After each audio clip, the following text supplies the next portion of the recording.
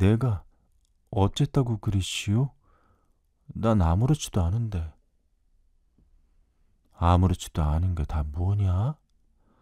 아니, 사람이 꼭 중병 치르고 난 것처럼 안색이 틀렸는걸? 아이, 어디가 아파서 그러거든 아프다고 말을 해라. 약이라도. 아, 아프긴 어디가 아프. 아무렇지도 않다니깐. 초봉이는 아까 아침에 나갈 때만 해도 넘치게 명랑했었다. 오늘은 저녁부터 새 주인한테 가게를 아주 넘겨주고 내일 하루는 집에서 쉬고 모레는 밤차로 서울로 간다고. 사람이 본시 진중하니까 마구 떠들어대거나 하지는 않았어도 혼자 속으로 좋아서 못 견디하는 눈치는 완연했었다. 그는 그새도 늘 어머니만 믿으며 어쨌든지 아버지가 못 가게 막지 못하도록 가로막아 주어야 한다고 모녀가 마주 앉기만 하면 다짐을 둘 겸 신신당부를 했고, 오늘 아침에 나갈 적에도 모친을 가만히 부엌으로 불러내어 그 말을 하면서 모친이 염려 말라고 해주니까 그저 입이 벙싯벙싯하는 것을 손등으로 가리고 나가기까지 했었다. 그랬었는데 지금 저녁에는 갑자기 안색이 말이 아니게 틀려가지고 맥이 없이 들어오니까 유씨는 처음에는 필경 몸이 아파서 그러는 줄 알고 애가 쓰여서 그다지 성화를 한 것이다. 그러나 차차 보니 제 말대로 역시 몸이 아픈 것은 아니고 무엇을 걱정하는 것 같은, 낙담한 것 같은 그런 기색이 엿보였다. 그러면 혹시 가려던 서울을 못 가게 되어서 그런 것이나 아닌가. 물론 집안의 일을 제가 그새 벌써 알았을 이치는 없고 그렇다면 달리 무슨 곡절이 생긴 모양인데 대체 어찌 된 까닭인고. 유씨는 이렇게 두루 생각을 해보느라고 잠잠히 손끝에 바늘만 놀리고 있다. 초봉이는 잠자코 한동안 말이 없이 앉았다가 문득 어머니, 난 서울 못 가게 됐다오 하는 게 마치 성가신 남의 말을 겨우 전갈하는 듯한다. 응? 왜? 유씨는 속으론 그런 것 같더라니 하고서도 짐짓 놀란다. 그는 짐짓 놀라는 채 했지 속으로는 그거 일은 실없이 잘 됐다고 마음이 썩 다행스러웠다.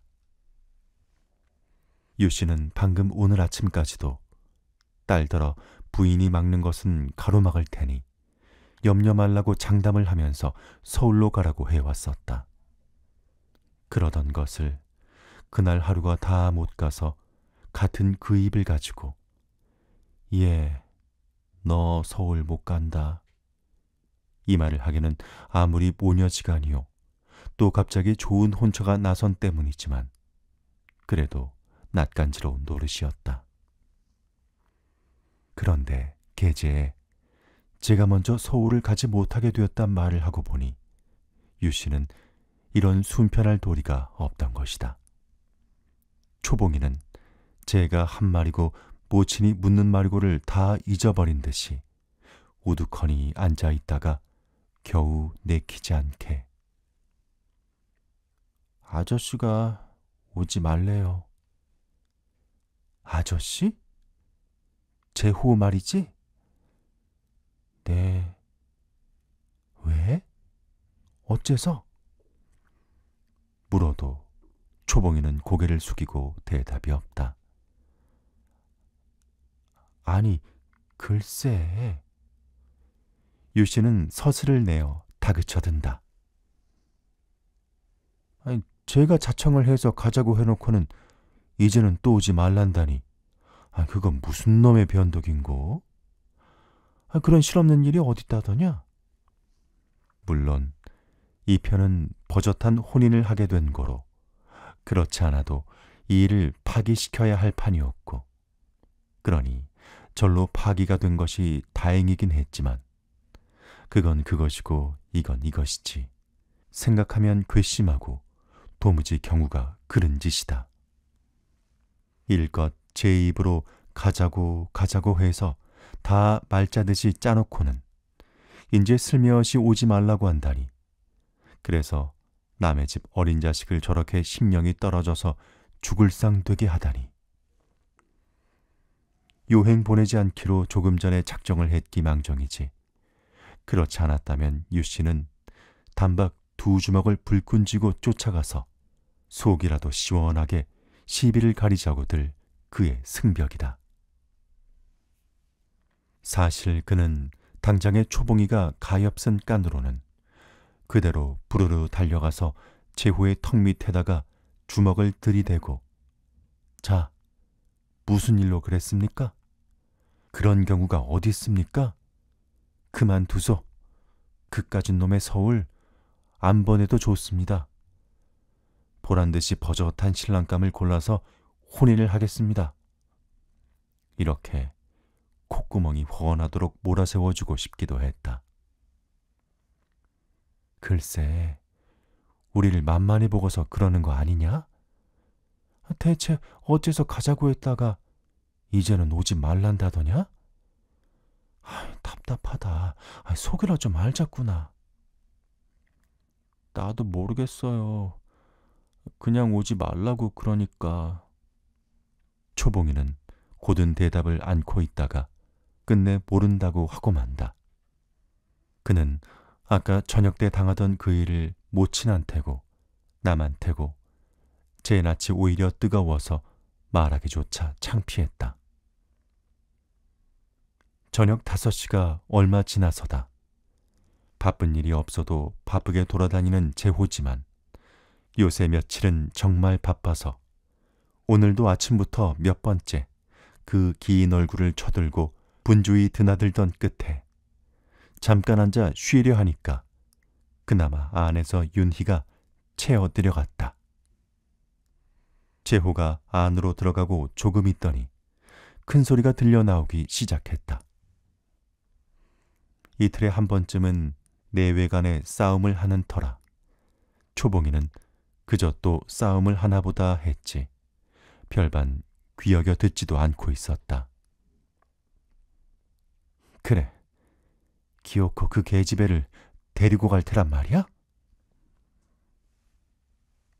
윤희의 쟁그럽게 악을 쓰는 목소리가 마치 초봉이더러 들으라는 듯이 역력히 들려왔다.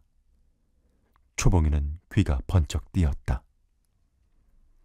글쎄, 데리고 가면 어째서 그런다는 거야?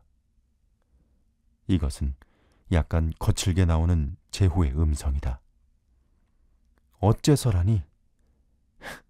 내가 그 속 모를까 봐서? 속은 무슨 속이란 말이야. 말은 못하나? 계집애가 벤조그름하게 생겼으니까 음흉맞게 딴 배짱이 있어가지고선. 이렇게 들려나오는 윤희의 바락소리에 초봉이는 얼굴이 화끈 달아올랐다. 그는 마침 배달하는 아이도 없이 혼자 가게에 앉아있으면서도 고개를 들 수가 없었다. 그는 깨끗한 처녀의 마음자리에 진흙을 끼얹은 것 같아 일변 분하기도 했다. 참, 나이값이나 좀 해요. 제호가 나무라듯 비웃듯 씹어뱉는다. 이제 그만하면 철도 들 때도 됐는데 왜 점점 갈수록 그 모양이야? 원 내가 아무리 계집애 걸신이 들렸기로서니 그래, 내 자식 연갑이고 더구나 믿거라 하고서 갖다 맡기는 친구의 자식한테 손을 댈까 봐서? 원 히스테리도 분수가 있고 강자도 정도가 있어야지. 아이고, 저 엉터리 같은 아가리로 말은 이기죽 잘도 하네. 아무튼지 말로만 이러네 저러네 해야 소용없고. 자, 데리고 갈 테야. 안 데리고 갈 테야, 어? 데리고 갈 테야. 정말? 그래. 그럼 나도 나 하고 싶은 대로 할 테야. 윤희의 한결더 독살스러운 소리가 잠깐 그치더니 조금 있다가 다시. 자, 이거 알지? 이건 빙초산이고 이건 청산가리. 빙초산은 우선 그 계집의 납바닥에다가 끼얹어주고, 그러고 나서 청산가리는 내가 먹고. 어때? 그랬으면 시원상쾌하겠지? 빙초산을 그 계집의 얼굴에다 끼얹는다는 소리가 들릴 때 초봉이는 오싹 소름이 끼치고 손발이 떨렸다. 안에서는 연달아 쾅당거리는 소리, 외치는 소리가 들리고 그 소리가 가게께로 가까워질 때에는 초봉이는 벌써 길로 뛰어나왔었다. 그러자 길로 뛰어나오기는 했어도 얼떨결에 어떻게 할지 분간이 선뜻 나지 않아서 주춤주춤 하는데 재호가 양편 손에 약병 하나씩을 갈라들고 씩씩대며 가게로 나오는 것이다. 안에서는 윤희가 아이고 대고 목을 놓고 울음을 울고 재호는 두리번거리다가 길 가운데 가서 있는 초봉이더러 들어오라고 손짓을 하면서 기다란 얼굴을 끄덕거린다. 초봉이는 서먹서먹하기는 해도 가게로 들어갔다. 이런 제기랄 것. 재호는 들고 나왔다가 테이블 위에 놓았던 빙초산과 청산가리 병을 도로 집어들고 들여다보면서 투덜거린다. 아이, 글쎄 그놈의 원수가 이건 어느 결에 도둑질을 해다 두었더람. 그참 하마터면 큰일 날 뻔했지. 제기할 것. 이거 아무래도 내가 청산가리라도 들어마시고 죽어버려야 할까봐. 아니 근데 초봉이.